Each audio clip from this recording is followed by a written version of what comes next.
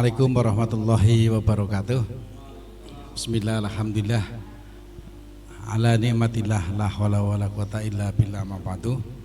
Yang terhormat segenap Bapak Ibu guru SD Negeri Ujung Simpat yang terhormat, dan yang paling utama adalah Ibu Kepala Sekolah SD Negeri Ujung Simpat yang telah hadir juga. Alhamdulillah pada hari ini tentunya akan ada satu perubahan seperti hari-hari kemarin, bahwa calon guru penggerak kita, bahwa yang terhormat Bapak Puji Rahman Shah SPD, merupakan calon guru penggerak angkatan ke-9 yang hari ini merupakan beberapa tahap yang telah dilalui, dan hari ini akan memberikan diseminasi.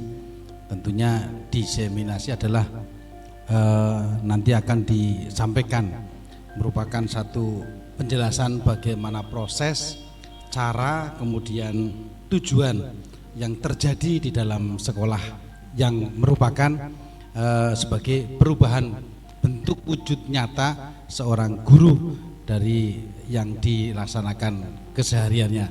Tentunya berbeda sekali dengan namanya sosialisasi.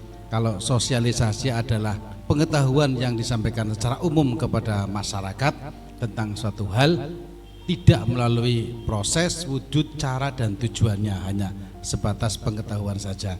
Sehingga akan bagaimana diseminasi dan implementasi budaya positif di sekolah yang tentunya akan disampaikan oleh Bapak calon guru penggerak Bapak Puji Rahman Shah SPD. Namun kita awali dengan pembukaan. Mudah-mudahan acara kali ini lancar, tidak ada suatu halangan, dan sesuai dengan target yang telah ditentukan dalam program calon guru penggerak. Mari kita buka bersama-sama, mudah-mudahan lancar dan sesuai dengan tujuan kita, dengan bacaan basmalah. Bismillahirrahmanirrahim. Terima kasih, mudah-mudahan lancar, tidak ada suatu halangan, dan tetap sesuai dengan yang kita harapkan. Selanjutnya yang terhormat Bapak calon guru penggerak angkatan 9 dari SD Negeri Ujung Simpat, yang terhormat Bapak Puji Rahman Shah, kepada beliau dipersilahkan.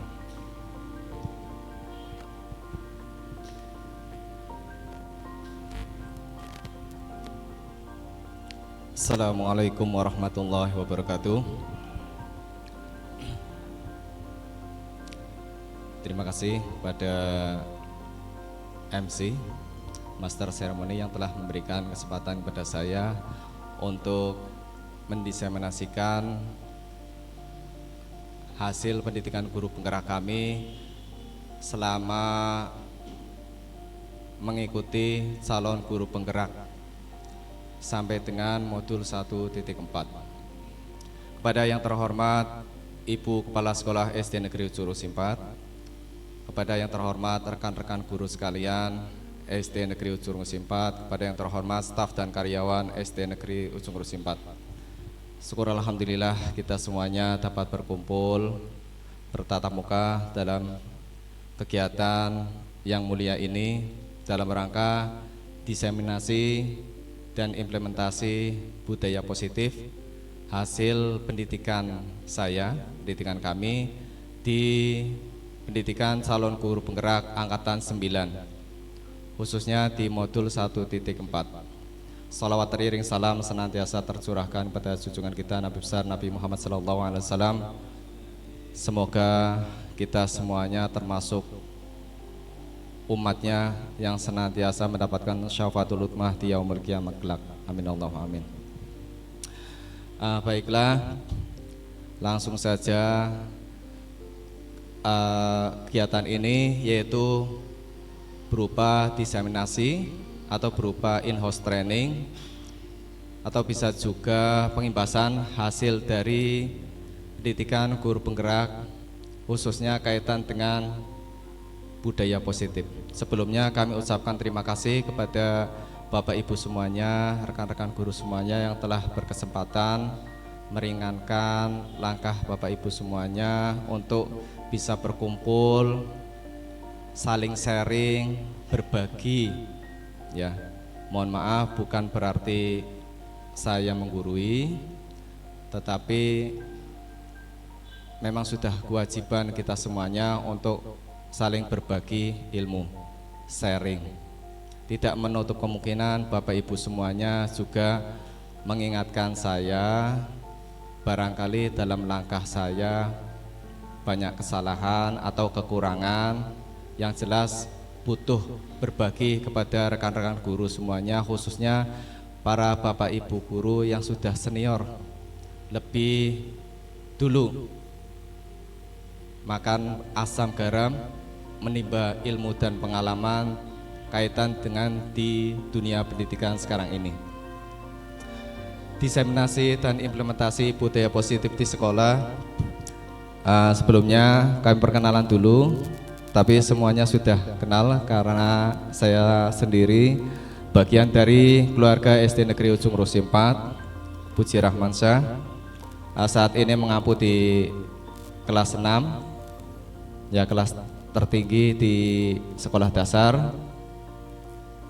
Untuk saat ini syukur alhamdulillah saya berkesempatan diberikan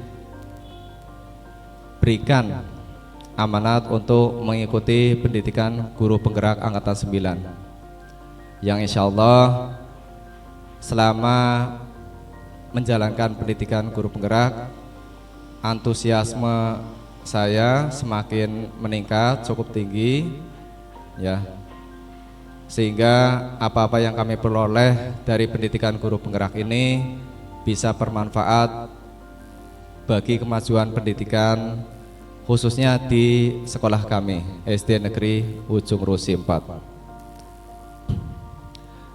Sebelumnya perkenalan dulu, saya diampu oleh fasilitator dan pengajar praktek. Kedua orang ini sebagai pemantau, khususnya untuk fasilitator itu pemantau dalam kegiatan daring, kegiatan online kami selama pendidikan guru penggerak pada kegiatan LNS. Jadi progres kami selama mengikuti pendidikan guru penggerak dipantau sudah sejauh mana barangkali ada kesulitan ataupun keterlambatan dari pengiriman tugas. Ini beliau yang mengingatkan, fasilitator Bu Sri Hartotik SPT MPT. Beliau adalah seorang guru TK, tidak berhenti menjalani pendidikannya hanya sampai sarjana, mau melanjutkan pendidikannya, menimba pengalamannya sampai dengan S2. Saat ini beliau mengampu di TK Baitul Makmur di Jepara. Semoga bisa mengikuti jejak beliau yang selalu ingin belajar demi kemajuan pendidikan. Dan sebelahnya lagi pengajar praktek yang biasa ke SD Negeri Ujung Rusi 4 untuk pendampingan individu kaitan dengan kegiatan luring di luar jaringan. Beliau Dewi Puspitasari SPSI sebagai guru BK di SMP Negeri 1 Selawi. Perubahan paradigma ini kami ibaratkan, Bapak Ibu silakan mengambil kertas kecil dan tuliskan nama benda berharga yang sangat berharga bagi Bapak Ibu semuanya. Ya. Iya. Iya. Ya, sampun. Boleh, benda itu boleh, benda mati pun boleh. Pokoknya yang menurut Bapak Ibu paling berharga, iya, bagi Bapak Ibu semuanya. Jangan sampai hilang dan orang lain tidak boleh tahu kaitannya dengan privasi Bapak Ibu semuanya. Kalau sudah dituliskan, silakan genggamlah kertas tersebut dengan erat, mengepal dengan segala daya dan upaya sekuat tenaga. Ya, karena begitu pentingnya untuk kehidupan Bapak Ibu semuanya. Dan silakan teman yang di samping Bapak Ibu semuanya mencoba dengan segala upaya, baik rayuan, bujukan, intimidasi, ya, tidak menutup kemungkinan di samping Bapak Ibu, baik cowok maupun cewek, ya, Bapak dan Ibu, menggoda, memarahi, atau bahkan digelitik-gelitik atau diancam, atau mungkin diiming-imingi sesuatu, ya, baik disogok ataupun disuap, ya, agar si teman tersebut mau melepaskan kepalan tangannya dan mengetahui apa sih sesuatu yang berharga dalam genggaman temannya tersebut. Apa yang terjadi? Karena sesuatu hal itu penting bagi Bapak Ibu semuanya, apakah mau Bapak Ibu yang mengepalkan tadi menunjukkan kepada temannya? Tidak ya? Tidak ya? Tidak mau nggih? Ya, tidak mau, walaupun diiming-imingi, nih 1 juta Pak Wito asalkan dibuka. Ya. Mungkin Pak Wito mau mungkin. Iya. Yang jelas Pak Wito atau rekan Bapak Ibu semuanya yang mau membuka kepalan tangannya itu karena berkaitan dengan kebutuhannya. Ya wis gelem anggere samene, ya. Sesuai dengan keinginannya. Kalau sesuai dengan keinginannya, tentu orang itu mau membuka. Kalau tidak sesuai, emong, ya, mula, ya, tentu, ya. Nah, dengan perubahan paradigma ini, kita bisa mengambil kesimpulan kita tidak bisa memaksakan sesuatu kepada orang lain. Kaitan dengan filosofi pendidikan menurut Ki Hajar Dewantara, pendidikan adalah menuntun segala kodratnya, kodrat baik itu kodrat zaman maupun kodrat alam. Kodrat zaman kita mengikuti perubahan zaman. Pendidikan senantiasa berubah, kurikulum pun berubah sesuai dengan kemajuan zaman. Tentu kita akan ketinggalan apabila kita hanya stagnan, berhenti sampai di situ. Ya.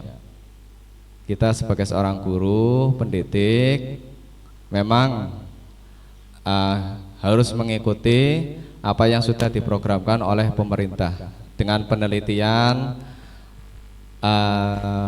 Kementerian Pendidikan dan Kebudayaan, Dirjen.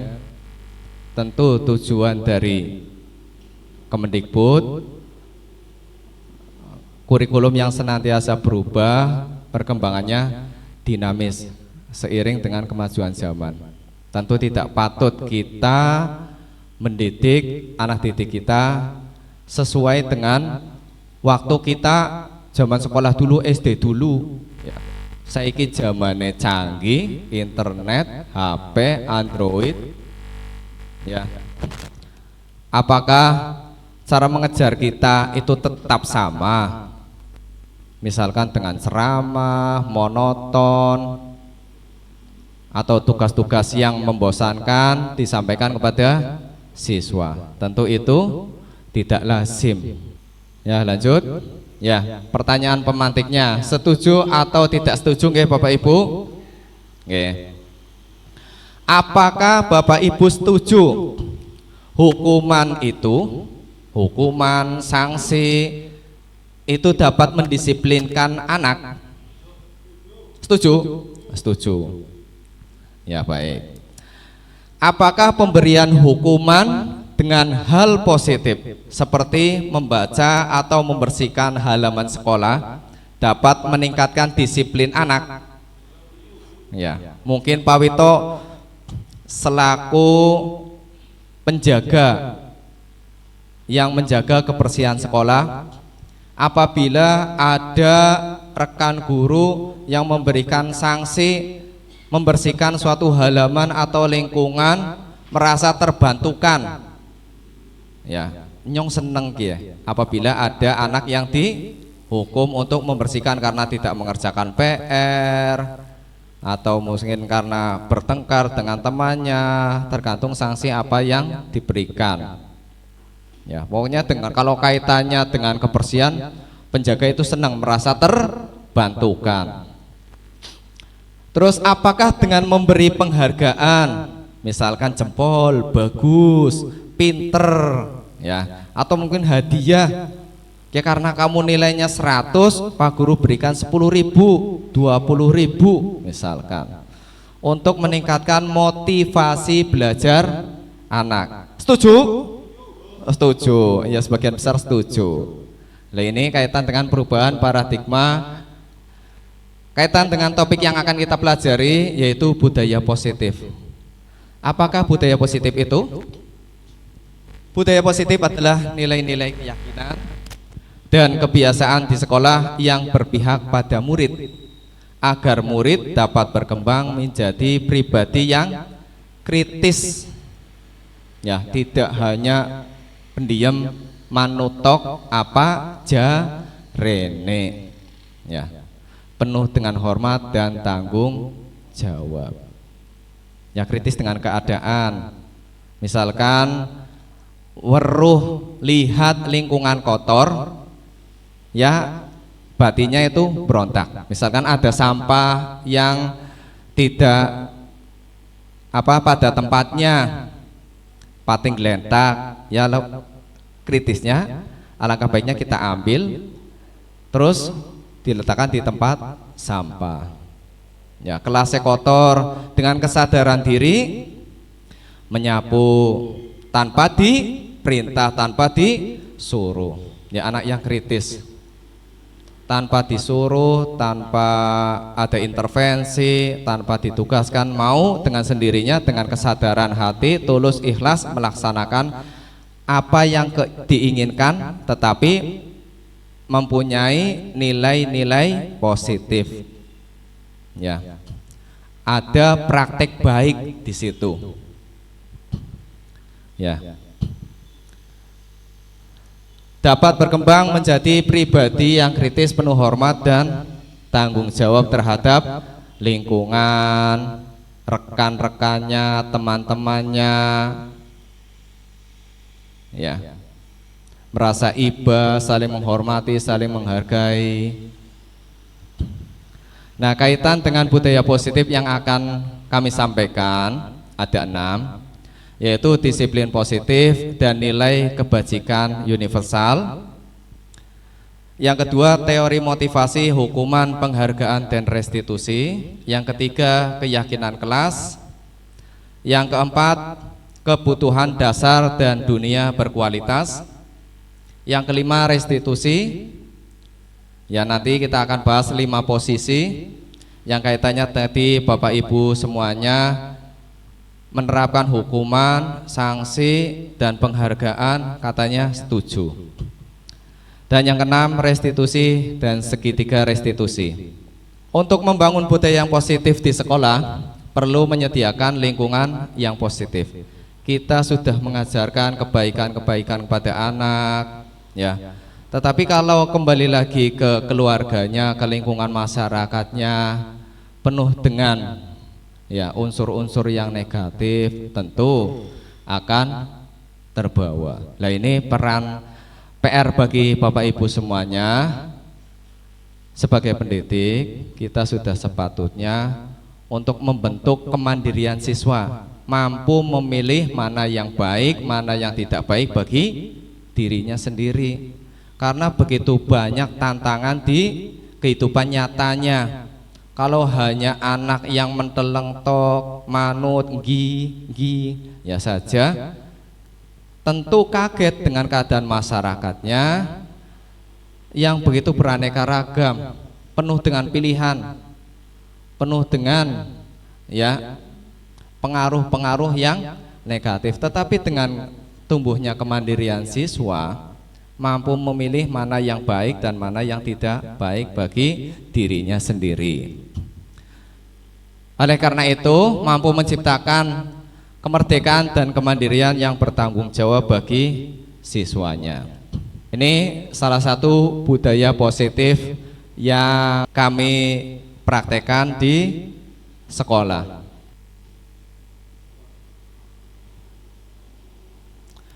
Ini kita melaksanakan 5S, senyum, sapa, salam, sopan, santun, menyambut siswa dan menanyakan kabarnya. Tentu anak akan merasa senang apabila ditanyakan kabarnya, karena mereka merasa diperhatikan. Ya. Budaya bertasalaman ini sudah kami praktekkan sebelum mengikuti kegiatan CGP ini, dan segala sesuatu yang baik patut dipertahankan, sehingga dalam keadaan situasi dimanapun saat Bapak Ibu gurunya sedang duduk, tentu para muridnya akan langsung menghampiri, menyamperi dan mengajak untuk bersalaman, menyapanya. Ya, sesuatu yang positif, yang baik perlu kita pertahankan dan kita budayakan agar tetap lestari budaya-budaya positif yang ada di sekolah. Ya, dimanapun keberadaannya, baik di jalan, yang sebelumnya lari ketemu Bapak Ibu gurunya umpetan misalkan, atau takut, kita akan berubah. Ya, kita selanjutnya kita budayakan tertib dan antri dengan membiasakan berbaris di depan sekolah, membiasakan untuk disiplin, rapi, tertib, dan budaya antri. Ya. Kita biasakan untuk tidak saling merebut hak orang lain. Nek umpel-umpelan kan resikonya bahaya juga, bisa tabrakan, kepleset, ataupun kejedok dan lain-lain. Sebelum masuk kita berikan arahan, ya, motivasi, penguatan, sehingga siswa merasa disambut dengan baik oleh Bapak Ibu gurunya di sekolah. Ya, sebelumnya budaya positif yang lain adalah membiasakan berdoa sebelum kegiatan belajar mengajar. Hal ini dapat mengingatkan bahwa manusia sebagai makhluk Tuhan yang senantiasa membutuhkan Tuhannya.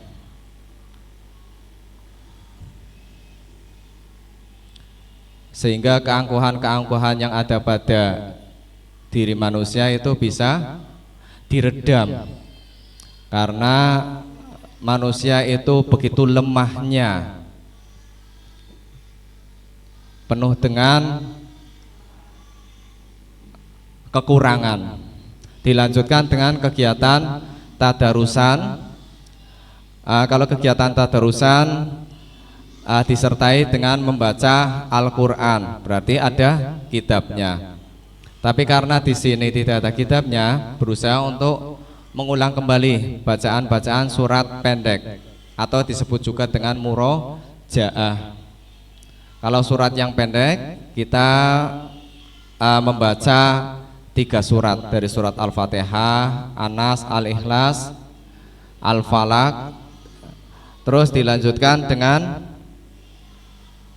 menyanyikan lagu wajib, lagu-lagu nasional.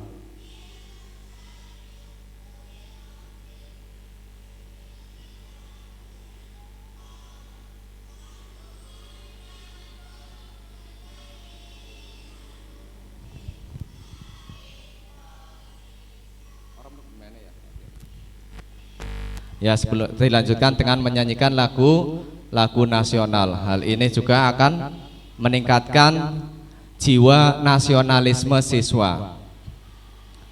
Dengan mengetahui pandai menyanyikan lagu-lagu nasional, akan tumbuh jiwa nasionalisme siswa. Ya baiklah, kita lanjutkan. Disiplin positif dan nilai kebajikan universal. Nanti kita akan mempelajari tentang teori motivasi, yaitu hukuman tadi, hukuman, sanksi, imbalan, penghargaan, terus 5 posisi kontrol kaitan dengan nanti kita memposisikan guru sebagai penghukum, pemantau atau memantau siswanya, dan yang kelima manajer. Dan kita bahas juga 5 kebutuhan dasar, yaitu kebutuhan dasar manusia. Yang pertama untuk bertahan hidup, penguasaan, kasih sayang, rasa diterima, kesenangan, dan kebebasan. Teori ilusi atau hayalan, ya. Ilusi bahwa guru itu mampu mengontrol murid. Ilusi bahwa semua penguatan positif, efektif, dan bermanfaat. Ilusi bahwa membuat orang merasa bersalah atau membuat siswa merasa bersalah, atau kritikan-kritikan itu dapat menguatkan karakter. Ilusi bahwa orang dewasa memiliki hak untuk memaksa. Itu hanya ilusi, ya, ilusi sebagai orang dewasa. Menurut Dr. William Glasser, meluruskan tentang teori kontrol ini. Sebetulnya ilusi-ilusi ini tidak dapat diterapkan untuk jangka panjang.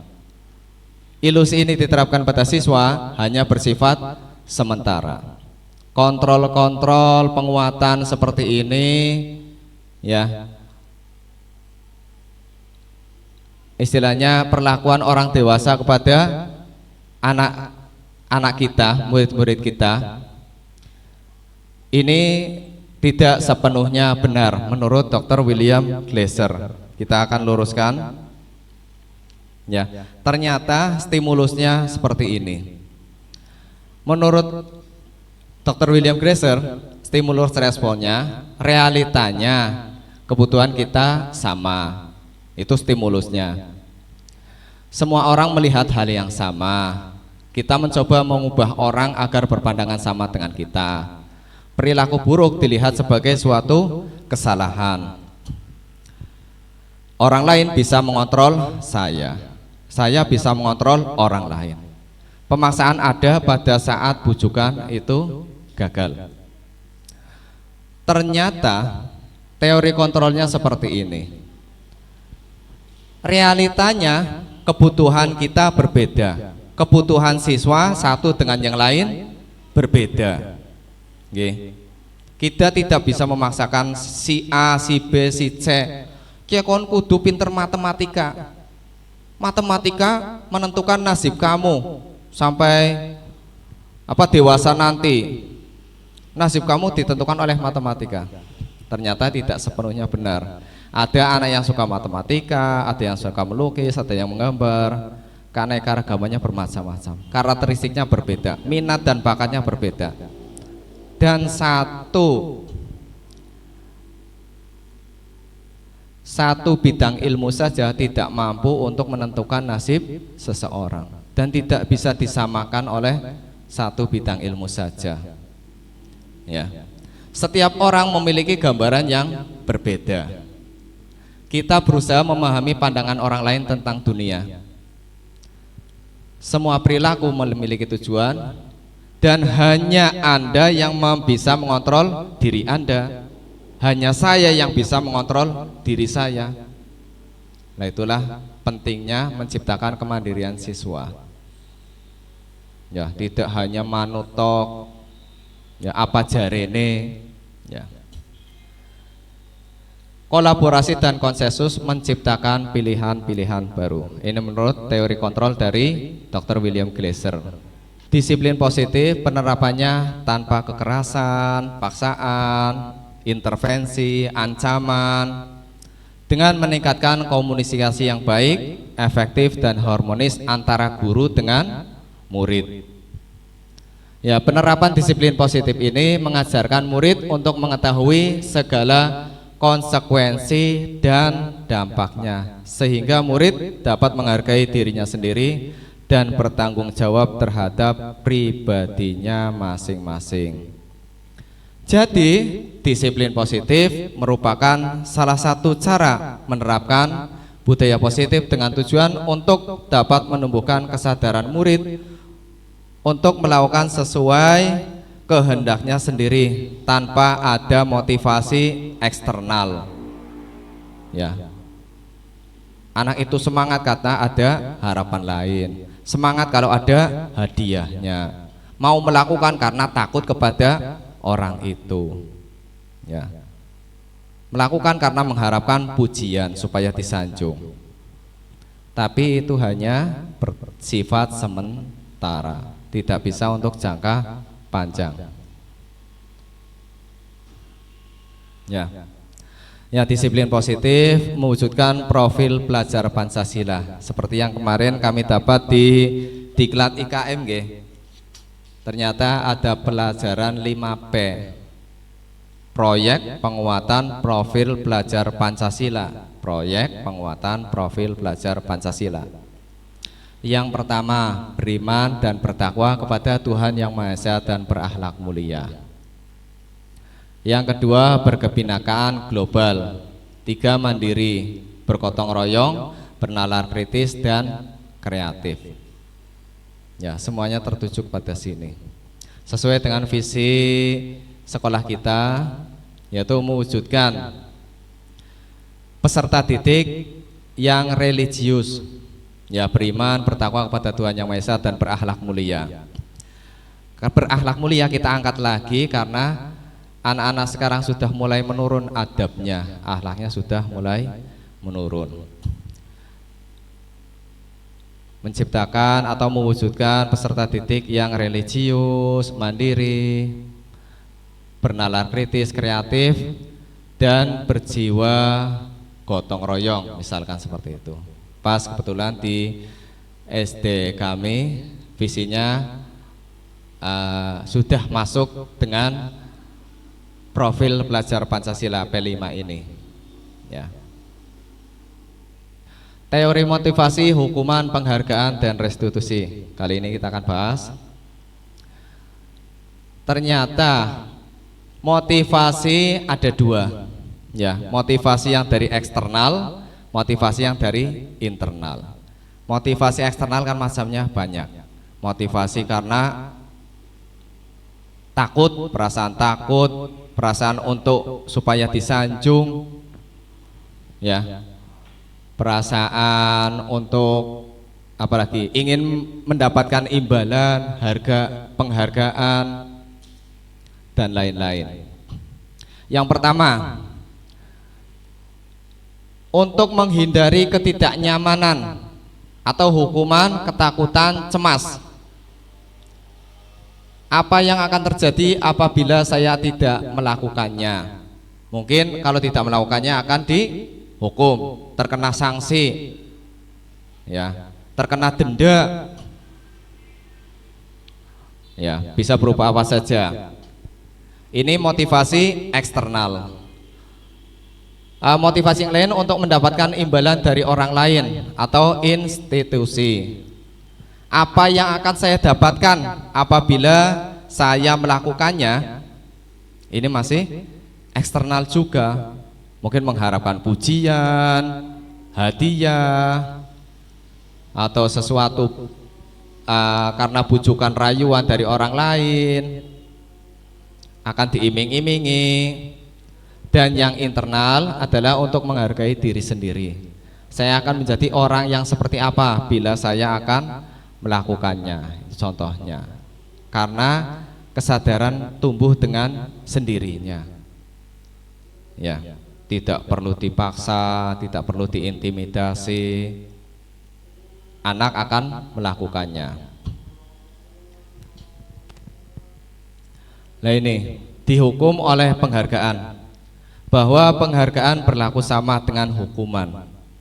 Penghargaan sama perlakuannya dengan hukuman. Ternyata seperti itu.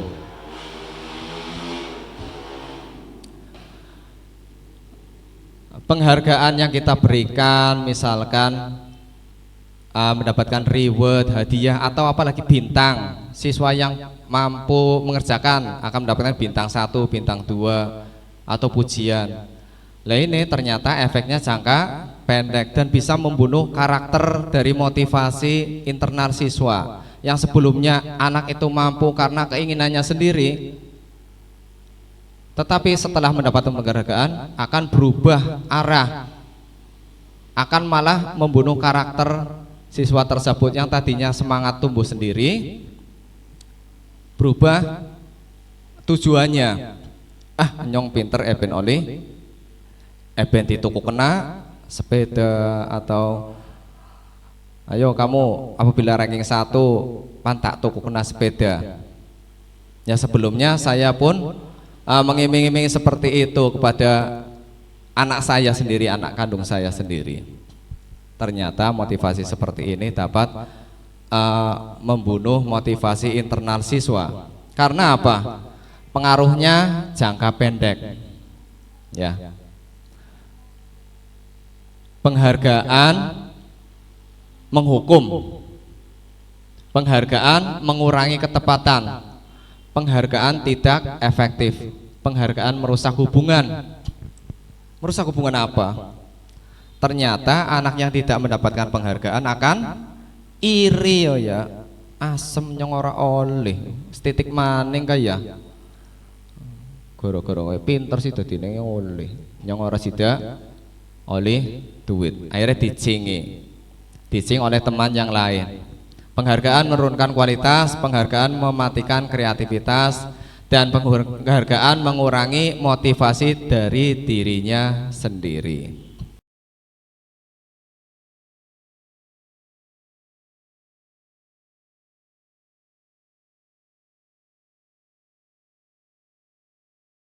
Nah, coba Bapak Ibu semuanya, kita bedakan antara penghargaan dan konsekuensi. Konsekuensi itu kesepakatan ya. Hukuman dan konsekuensi. Kita bedakan. Apakah itu termasuk hukuman atau konsekuensi? Konsekuensi bisa kesepakatan antar kelas, kesepakatan sesama siswa satu kelasnya atau satu sekolah. Mencatat 100 kali dalam buku kalimat, saya tidak akan terlambat lagi, saya tidak akan mengulangi kesalahan yang sama lagi, saya tidak akan bolos lagi. Coba, termasuk hukuman apa konsekuensi Bapak Ibu?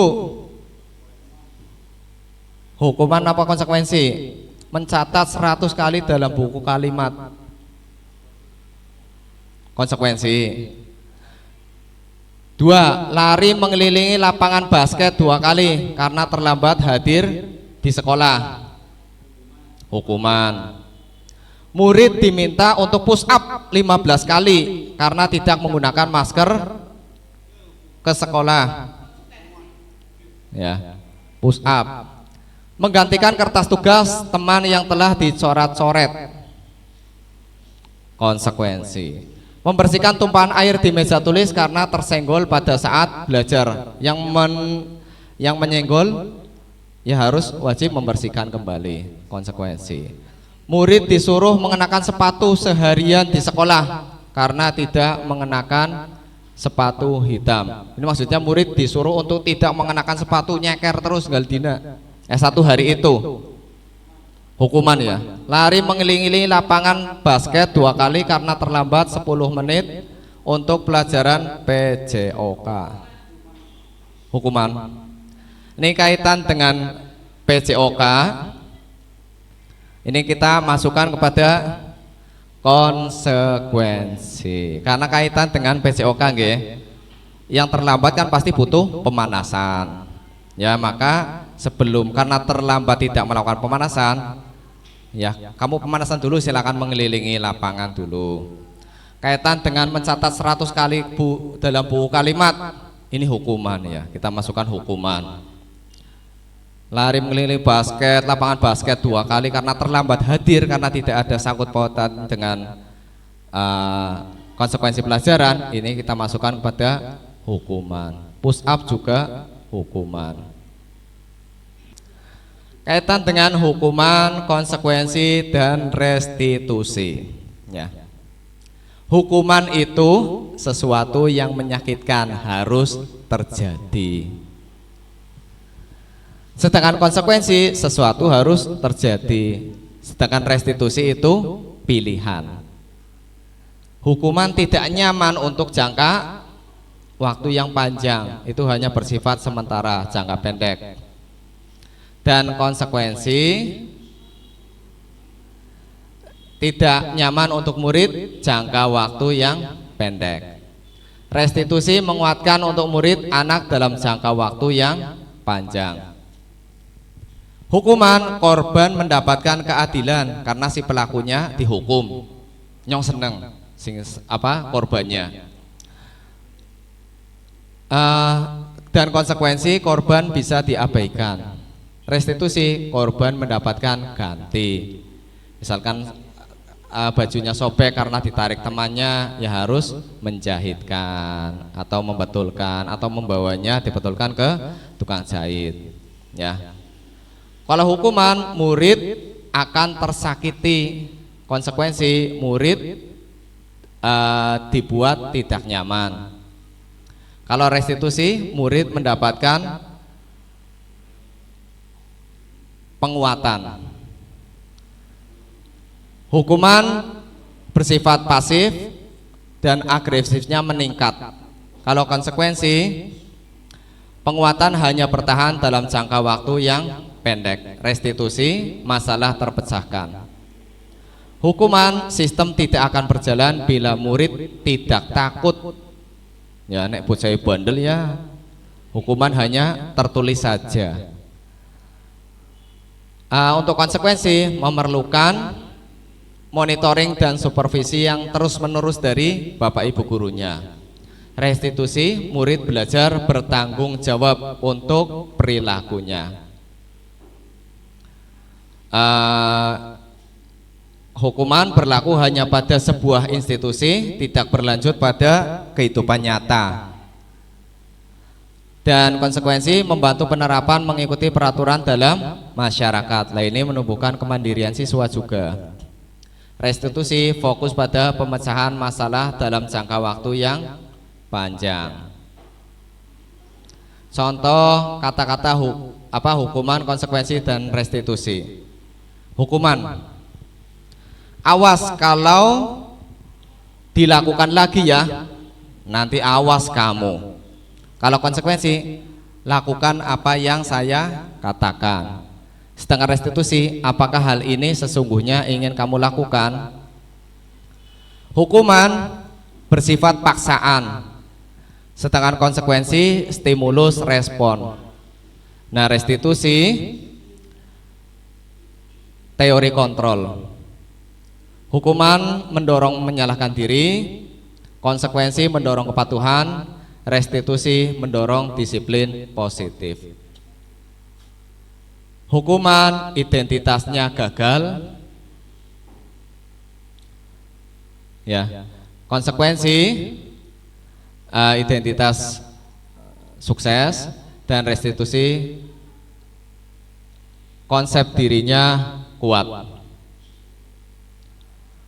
Hukuman, murid akan menyembunyikan kesalahannya, dan konsekuensi, murid taat peraturan.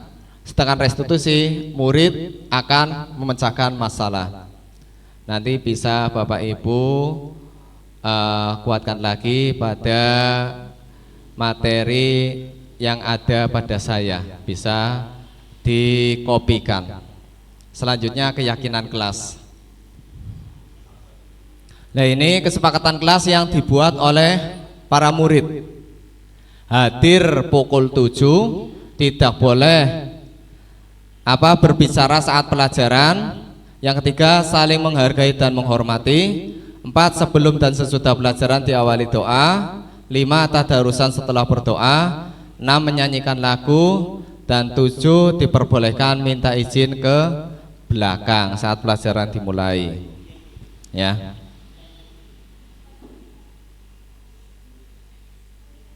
Ya, ini anak menuliskan sendiri apa yang akan menjadi kesepakatan kelas kita.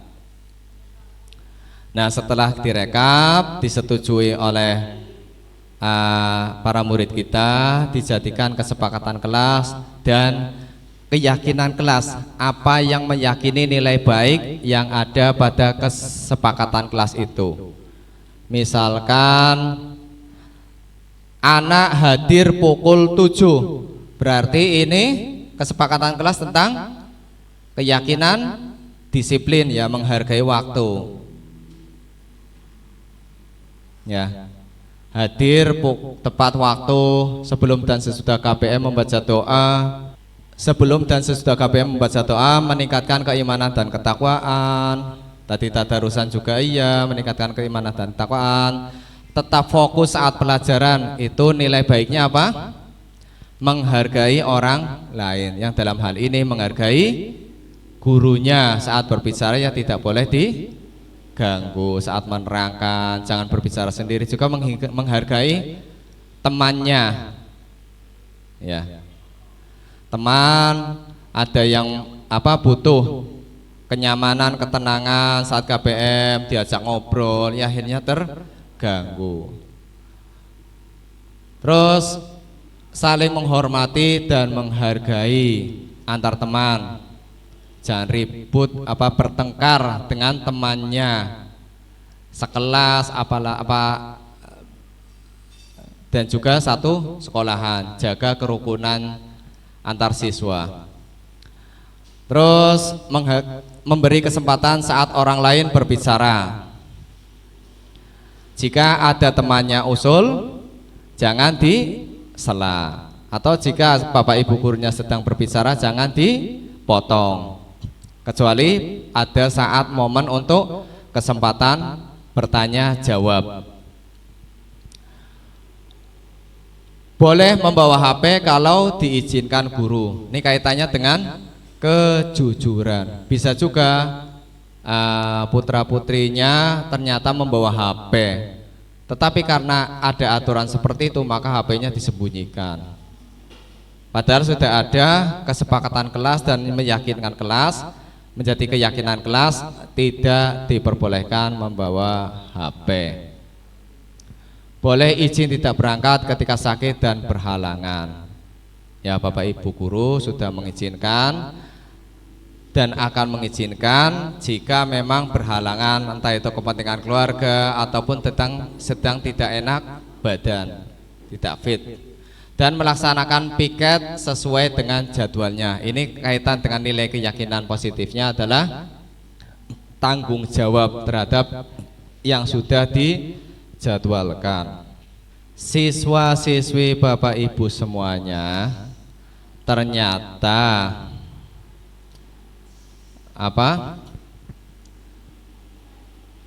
masing-masing mempunyai kebutuhan dasar yang harus dipenuhi. Anak melakukan suatu keburukan karena kebutuhan dasarnya belum terpenuhi, sehingga ingin memenuhi kebutuhan dasarnya. Kebutuhan dasarnya itu apa saja sih? Ya, yaitu kebutuhan untuk bertahan hidup, survival, seperti ingin makan, minum, membutuhkan tempat tinggal, tempat yang nyaman untuk melindungi keluarganya, kebutuhan cinta dan kasih sayang, butuh perhatian dari orang lain, kebebasan, freedom, memilih sesuatu bebas, mau yang merah, kuning, hijau, ya, mau ganti lauk pauk agar tidak bosan, dan butuh kesenangan dan butuh kekuasaan. Nih contohnya, kita maknai sebuah peristiwa atau studi kasus Ibu Eni, guru wali kelas 2 di SD Negeri Ujung Rusi 4, sedang bingung menghadapi ulah salah satu muridnya di kelasnya. Doni, beberapa anak di kelas 2 telah datang padanya dan mengeluhkan. Doni seringkali meminta bekal makan siang dengan paksa. Jika Anda menghadapi situasi seperti Ibu Eni, apa yang akan Anda lakukan? Menurut Anda, kira-kira apa alasan Doni melakukan hal itu? Ayo Ibu. Ya, bisa berarti Doni tidak membawa bekal, Doni iseng, Doni usil, atau memang Doni suka ngulahi supaya apa? Anak itu nangis. Kalau apa? Anak itu nangis, ada kesenangan, kepuasan tersendiri. Ya, agar tahu seperti itu, maka alangkah baiknya kita lakukan wawancara kepada Doni. Yang pertama, apabila jawaban Doni karena lapar dan orang tuanya tidak membawakan bekal makan siang, berarti karena kebutuhan untuk bertahan hidup. Apabila jawaban Doni karena ia senang temannya jadi memperhatikan, ya karena butuh perhatian, berarti alasan kebutuhan dasarnya dia membutuhkan cinta dan kasih sayang, kebutuhan untuk diterima, butuh perhatian agar diperhatikan. Apabila jawaban Doni karena ia merasa hebat, temannya jadi takut dan nurut kepadanya karena ia butuh kebutuhan untuk penguasaan agar diakui, kenyong hebat, ya butuh pengakuan atas kehebatannya. Apabila jawaban Doni ia merasa bosan dengan bekal yang dibawakannya, berarti kebutuhan untuk kebebasan memilih apa lauk yang diinginkan. Apabila jawaban Doni karena iseng saja dan ia menikmati ekspresi wajahnya saat ketakutan, temannya yang kesal karena makanannya diambil karena kebutuhan kesenangannya, memang dasarnya senang usil jahil. Dan kita bahas yang terakhir 5 posisi kontrol. Yang pertama, guru memposisikan sebagai penghukum, pembuat rasa bersalah, dan guru memposisikan sebagai teman, guru memposisikan sebagai pemantau, dan guru memposisikan sebagai manajer. Seperti apakah guru-guru seperti itu? Mari kita amati video posisi kontrol dalam menangani permasalahan ini.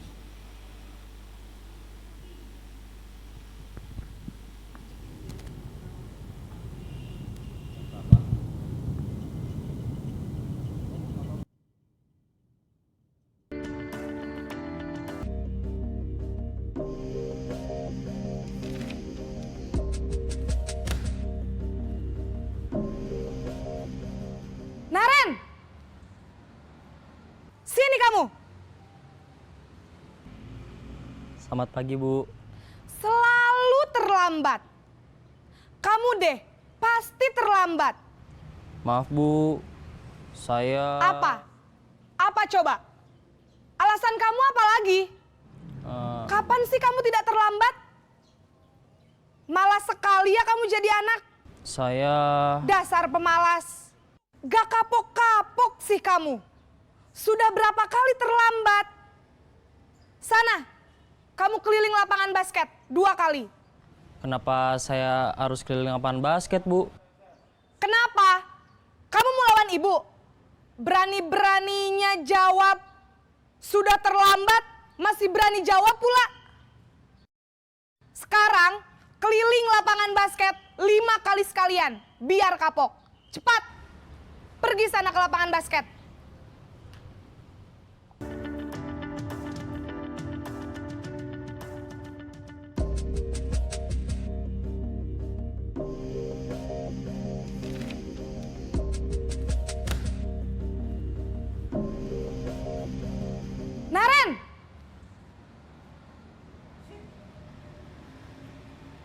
Selamat pagi, Bu.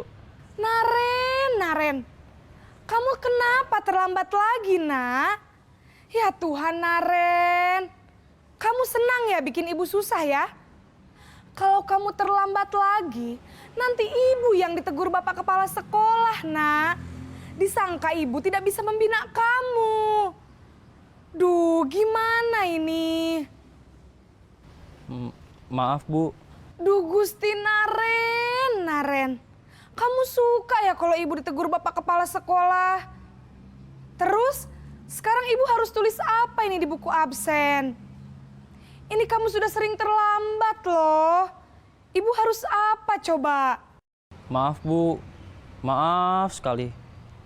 Ya sudah, lain kali jangan bikin ibu susah lagi ya, Nak ya. Ibu tidak akan kuat lagi kalau kamu begini terus. Bisa jantungan kalau ibu ditegur bapak kepala sekolah. Sana cepat ke kelas. Maaf ya, Bu. Maaf sekali.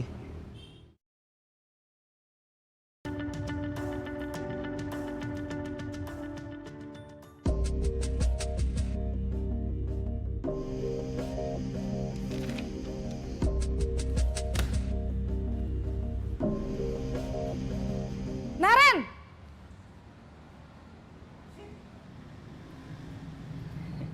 Selamat pagi, Bu. Wah, sudah jam berapa ini, Nak? Terlambat lagi ya, sayang. Iya, Bu. Habis ibu saya lupa bangunkan saya, Bu. Kamu malah menyalahkan ibu kamu. Kamu bukannya anak yang larinya paling kenceng. Kok terlambat sih? Iya, Bu. Saya memang terlambat bangun tadi. Jadi, biarpun saya lari kencang, tetap gak kekejar, Bu. Ya sudah sana, nanti lain kali larinya lebih kenceng lagi ya. Biar gak terlambat lagi. Bikin seneng ibu, demi ibu. Bisa kan? Bisa lah, Bu. Ya sudah sana masuk kelas. Ibu beresin urusan absen kamu. Kamu ini ada-ada saja.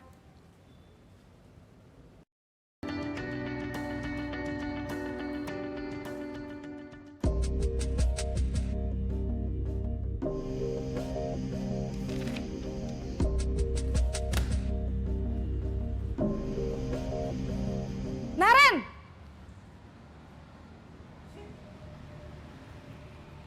Selamat pagi, Bu.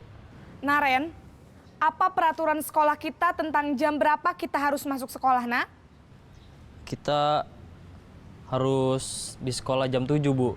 Iya, betul. Sekarang sudah jam 7.20. Naren sudah tahu konsekuensinya jika terlambat hadir. Paham, Bu. Saya harus tinggal kelas pas jam istirahat selama 20 menit. Iya, benar. Konsekuensinya demikian.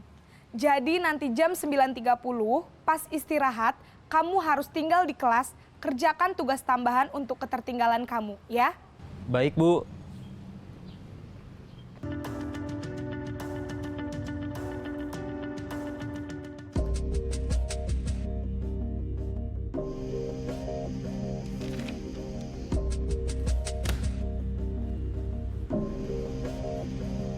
Naren!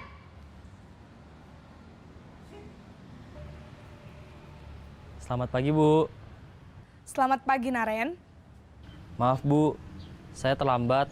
Iya, sekolah masuknya jam 7, sekarang sudah jam 7.20. Jadi sekarang bagaimana ini, Naren? Maaf, Bu. Saya lupa setel alarm saya semalam. Baiklah, menurut kamu, keyakinan sekolah yang mana yang perlu kamu tingkatkan? Menghargai diri sendiri dan orang lain mungkin ya, Bu. Setuju. Jadi, apakah Naren meyakini prinsip saling menghormati tersebut? Iya, Bu. Saya meyakininya. Apakah Naren bersedia memperbaiki masalah keterlambatan ini? Bersedia, Bu. Bagaimana kamu akan perbaiki masalah keterlambatan ini? Saya akan coba untuk tidak lupa menyetel alarm saya, Bu. Baik, kalau Naren lupa menyetel alarm di rumah, ada orang yang kira-kira bisa bantu mengingatkan tidak? Ada, Bu. Kakak saya, Kak Ema. Ada lagi selain Kak Ema? Selain Kak Ema, ada ibu saya. Baik, jadi yang mengingatkan Naren adalah Kak Ema dan ibu kamu ya. Kira-kira akan mulai setel alarm kapan nih Naren? Setelah pulang sekolah, akan segera saya lakukan. Baik, jadi Naren akan setel alarm untuk bangun besok pagi dan akan diingatkan oleh kakak dan ibunda Naren ya. Ada lagi yang mungkin perlu dilakukan Naren? Agar tidak terlambat bangun lagi. Tidak ada, Bu. Baik Naren, terima kasih untuk kerjasama kamu. Sekarang kamu perlu kembali ke kelas untuk belajar. Baik, Bu. Terima kasih. Ya, terima kasih. Demikian tadi beberapa video studi kasus kaitan dengan si Naren yang terlambat datang ke sekolah. Menurut Bapak Ibu, tindakan yang baik itu memposisikan sebagai apa? Sebagai manajer, karena Bu Guru itu memberikan solusi agar Laren itu mengerti bahwa Laren itu sudah terlambat selama 20 menit padahal masuknya jam 7. Jadi Ibu Guru itu memberikan solusi bagaimana agar Laren itu bisa bangun pagi karena dia itu alarmnya mati. Akhirnya solusinya minta tolong kepada Kak Emma dan ibunya begitu. Begitu saja, terima kasih.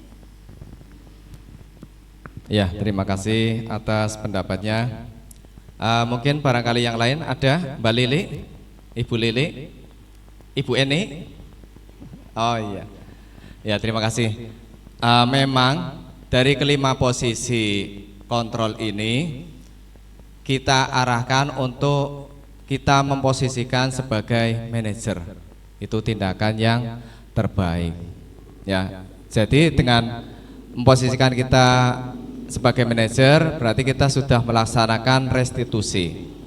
Restitusi sebelumnya kita menanyakan pada anak apa yang menjadi kesalahannya tersebut. Ya, jadi kita berikan dulu pada anak untuk mencoba mengungkapkan sendiri apa kesalahannya dan apa yang menjadi penyebab kesalahannya tersebut. Terus kita coba untuk menanyakan keyakinan kepada si anak tersebut. Kita contohkan kepada si Naren, dan bagaimana si anak akan menyelesaikan masalahnya sendiri, mencoba untuk mengatasi permasalahannya sendiri. Jadi anak itu tidak merasa tertekan atau dipaksakan harus seperti ini. Tadi ada beberapa posisi. Yang pertama memposisikan sebagai penghukum. Ini yang paling rendah ya, yang paling tidak disarankan. Yang paling tidak disarankan karena dengan penghukum ini menjadikan si anak merasa ketakutan, merasa terintimidasi, merasa disalahkan, atau mungkin merasa dendam kepada si pemberi hukumnya tersebut, dan akan terkenang selamanya kepada jiwa murid tersebut. Ya, akan memberikan kebencian yang jangka panjang sampai tua, ya, bisa sampai tua. Nah, dengan memposisikan sebagai penghukum jangan sampai kita terapkan. Dan yang kedua, memposisikan pada perasaan bersalah, membuat rasa bersalah. Jadi si Naren disalahkan, mengecewakan. Kalau kamu mengecewakan, tidak bisa menganggap gurunya itu tidak bisa mendidiknya, mengecewakan gurunya. Hal ini juga akan membuat minder dari anak tersebut. Dan memposisikan yang ketiga, memposisikan sebagai teman, menganggap muridnya sebagai teman. Ini juga ada dampak negatifnya. Mongko suwe-suwe ngelunjak, ya, saking agrabe bisa ngelunjak. Dan sebagai pemantau tadi konsekuensi, ya, Kita menanyakan konsekuensinya. Konsekuensinya apa kalau terlambat? Konsekuensinya terlambatnya 30 menit, berarti nanti pulangnya ditambahi 30 menit. Pulang iya setelah istirahat ditambahi 30 menit. Berarti anak tidak mengikuti jam istirahat, tidak merasakan istirahat berlanjut. Dan yang terakhir, memposisikan sebagai manajer adalah sebaik-baiknya posisi kontrol guru. Ya, guru memposisikan lebih bijak dari keempat posisi kontrol yang tadi. Melalui segitiga restitusi, guru dapat membantu murid untuk berkata jujur, mengungkapkan pada diri sendiri dan mengevaluasi dampak dari kesalahannya tersebut. Ya. Membantu murid untuk memulihkan dirinya setelah berbuat salah. Nah, dengan menanyakan keyakinan, memberikan penawaran bukan paksaan untuk perbaikan ke depannya. Si Farin tadi meminta bantuan kepada kakaknya, Kak Emma dan ibunya, barangkali pas alarmnya mati. Ya, solusinya seperti itu.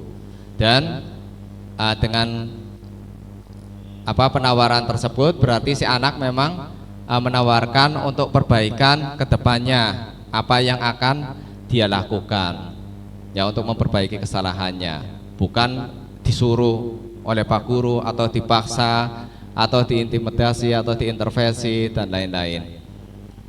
Ya.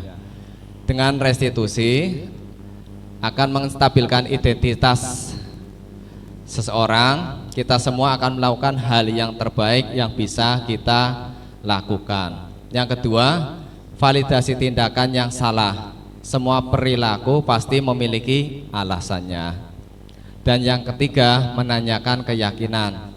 Kita semua memiliki motivasi internal yang seharusnya kita bisa tumbuhkan, bukan karena paksaan atau hukuman atau perasaan takut, merasa bersalah, cemas dan lain-lain. Ya. Dengan menstabilkan identitas, tadi Bapak Ibu guru, berbuat salah itu hal yang manusiawi. Tidak ada manusia yang sempurna. Bapak juga pernah melakukan kesalahan seperti itu. Kita pasti bisa menyelesaikan permasalahan ini. Bapak Ibu tidak tertarik mencari siapa yang benar atau yang salah, tetapi Bapak hanya ingin mencari solusi dari permasalahan tersebut. Nah, kalau kamu menyalahkan dirimu sendiri, apakah kamu bersikap baik pada dirimu sendiri? Ya.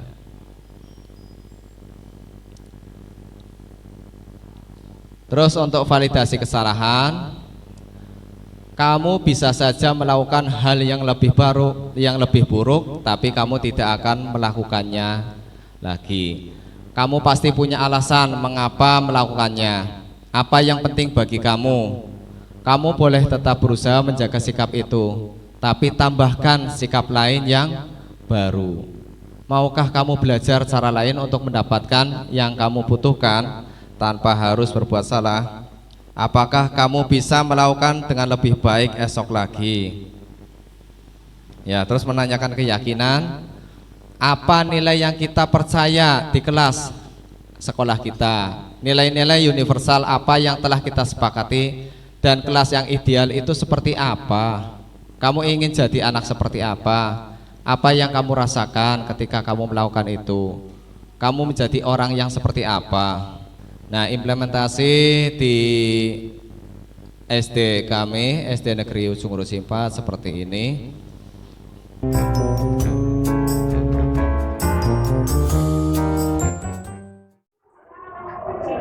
Waalaikumsalam warahmatullahi wabarakatuh. Ya, silakan untuk Maula. Maula, kira-kira kamu tahu apa tidak Pak Guru panggil ke sini? Coba, apa? Kenapa Pak Guru panggil ke sini? Salah. Apa kesalahan kamu?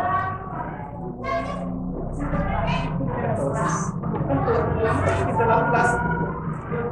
Coba kamu bayangkan bagaimana perasaan teman-teman kamu saat ada aroma kentut di dalam kelas tidak nyaman, membuat gaduh, ramai yang suasana kelas. Tentu teman yang lain pun akan merasa marah. Terus saling bertanya, saling menuduh. Coba, kira-kira apa alasan kamu kok kamu sampaikan itu di dalam kelas? Alasannya kenapa? Sudah tidak tahan, pengen kentut. Terus mau izin, malu. Mau izinnya apa? Pak, saya mau izin kentut di luar. Tuh. Nanti malah diketawain temannya. Kalau mau minta izin, jangan mengatakan kentutnya, tetapi Pak, saya mau minta izin ke belakang. Ya. Kamu tahu tidak apa keyakinan kelas kita? Tidak tahu. Coba ingat lagi yang sudah Pak Guru sampaikan, yaitu apa? Satu, di dalam kelas harus saling menghargai, harus saling menghormati, bersama-sama menciptakan kerukunan, kenyamanan di dalam kelas. Jangan sampai membuat perasaan orang lain tersinggung, perasaan orang lain marah, perasaan teman kamu tidak nyaman, membuat kegaduhan di dalam kelas, apalagi aroma kentut. Ya. Tentu kamu pun akan marah bila ada teman yang lain kentut, karena tidak nyaman. Aroma kentut aroma yang busuk. Coba, kira-kira apa solusi yang kamu tawarkan pada Pak Guru? Solusinya, yang pertama, ya, apa kamu tidak mau minta maaf dulu? Ya, satu, kamu minta maaf ya. Pada siapa? Kepada Pak Guru. Terus teman-teman yang lain yang sudah merasakan kentutnya kamu. Yang kedua, saya tidak akan mengulangi lagi. Ya, jangan sampai ya ketukan di dalam kelas yang menempatkan sesuatu yang bukan pada tempatnya. Silakan boleh minta izin, boleh kentut di luar. Atau misalkan kalau tidak tahan lagi, silakan boleh minta izin ke belakang. Barangkali mau BAB atau apa, langsung BAB lagi saja. Ya. Nah, kalau kamu sudah tahu keyakinan kelas kamu, sudah tahu masalahnya, kamu coba perbaiki kesalahan kamu lagi ya. Jangan sampai ulangi kesalahan kamu yang sama. Dan demikian saja ya. Ya, kamu boleh kembali. Saya menyadari kesalahan yang ada pada diri saya. Saya berusaha memperbaiki kesalahan yang ada pada saya dan berusaha untuk tidak mengganggu lainnya lagi tanpa ada rasa takut, berusaha untuk menguapkan kesalahan, tidak menimbulkan peradaan, marah, dendam kepada. Demikian tadi video yang kita simak untuk implementasi restitusi yang dilaksanakan di kelas kami, khususnya di kelas 6 SD Negeri Ujung Rosi 4. Semoga dengan mendiseminasikan pendidikan guru penggerak selama saya mengikuti CGP Angkatan 9 ini bisa bermanfaat bagi saya dan bagi Bapak Ibu guru semuanya. Baiklah, untuk selanjutnya refleksi. Monggo kami minta refleksinya Ibu Uni. Iya, dengan kegiatan hari ini mengenai diseminasi dan implementasi tentang budaya positif yang telah disampaikan oleh Bapak Puji Rahmansyah, yang bisa saya sampaikan tentang refleksinya yaitu dengan adanya penerapan budaya positif yang diharapkan dapat menjadi kebiasaan baik yang bisa dilakukan oleh anak-anak, yang kemudian bisa menjadi kebiasaan-kebiasaan yang menjadi penanaman karakter untuk mereka ke depannya. Karena dengan kebiasaan tersebut, anak menjadi jauh lebih misalkan kedisiplinannya lebih baik, ketertibannya, kemudian mereka tahu perilaku atau hal-hal yang misalkan ada benar dan salahnya. Jadi ketika mereka tahu kalau ada kekeliruan, kemudian tahu apa yang harus mereka lakukan, nah itu akan membuat karakternya menjadi jauh lebih baik lagi. Dan kedepannya itu menjadi penanaman yang melekat sampai usia dewasa nanti. Karena memang anak-anak usia mereka tersebut adalah anak-anak yang masih bisa ditanamkan karakternya, dikembangkan lagi dan diperbaiki. Demikian yang dapat saya sampaikan, kurang lebihnya mohon maaf. Terima kasih. Oh, Pak Tikin. Terima kasih. Luar biasa sekali, dan saya ucapkan terima kasih sekali Pak Puji Rahmansyah SPD, merupakan calon CGP yang bisa membuka wacana terbaru untuk kita semuanya. Mudah-mudahan hari ini tentunya wacana yang terbaru akan membawa di hari yang ke depan lebih baik dengan adanya diseminasi pada hari ini. Tentunya diharapkan kembali diseminasi yang lain tentunya untuk merubah wacana dan sekaligus memberikan masukan kepada kita semuanya. Demikian, terima kasih Pak Puji, selamat dan sukses. Terima kasih pada Bapak Sodikin yang telah memberikan refleksinya, dan Ibu Uni. Semoga apa-apa yang kita alami hari ini, kita lakukan hari ini, diseminasi dan implementasi dapat bermanfaat bagi kita semuanya, dan tidak menutup kemungkinan dari saya pribadi banyak kesalahan, banyak kekurangan. Mohon bimbingan dari Bapak Ibu guru yang lebih senior, yang lebih berpengalaman. Bukan berarti kami mengikuti CBP itu paling pintar, paling tahu, tetapi itu hanyalah teori. Ya, semoga dapat diimplementasikan, dan juga saya pribadi membutuhkan kolaborasi kerjasama dari Bapak Ibu guru semuanya demi kemajuan pendidikan khususnya di SD Negeri Ujung Rusi 4, sehingga tercapai visi misi yang diharapkan, yang dicita-citakan dari SD Negeri Ujung Rusi 4. Demikian apa yang kami sampaikan, kurang lebihnya mohon maaf. Terima kasih rawuhipun Bapak Ibu semuanya sudah berkenan bersedia hadir mengikuti kegiatan diseminasi dari awal sampai akhir. Kurang lebihnya mohon maaf. Wabillahi taufiq wal hidayah. Wassalamualaikum warahmatullahi wabarakatuh. Kami serahkan sepenuhnya kepada pembawa acara. Terima kasih.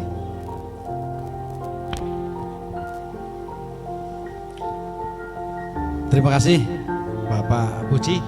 Baik, sebelumnya kita aplaus dulu kepada Bapak Puji Rahmansyah. Ya, luar biasa kali hari ini, yang mudah-mudahan apa yang disampaikan menambah wawasan kita ke depan, dan mudah-mudahan juga ada lagi diseminasi yang selanjutnya. Tentunya kami harapkan pula, karena mungkin kita berharap jadi calon guru penggerak semuanya di angkatan-angkatan berikutnya. Maka usailah sudah diseminasi pertama pada kali ini, yang mudah-mudahan bermanfaat dan sekaligus menambah kajian ilmu kepada kita, dan kita akhiri dengan bacaan hamdalah alhamdulillahirabbil alamin. Sekian, kami mohon maaf. Assalamualaikum warahmatullahi wabarakatuh.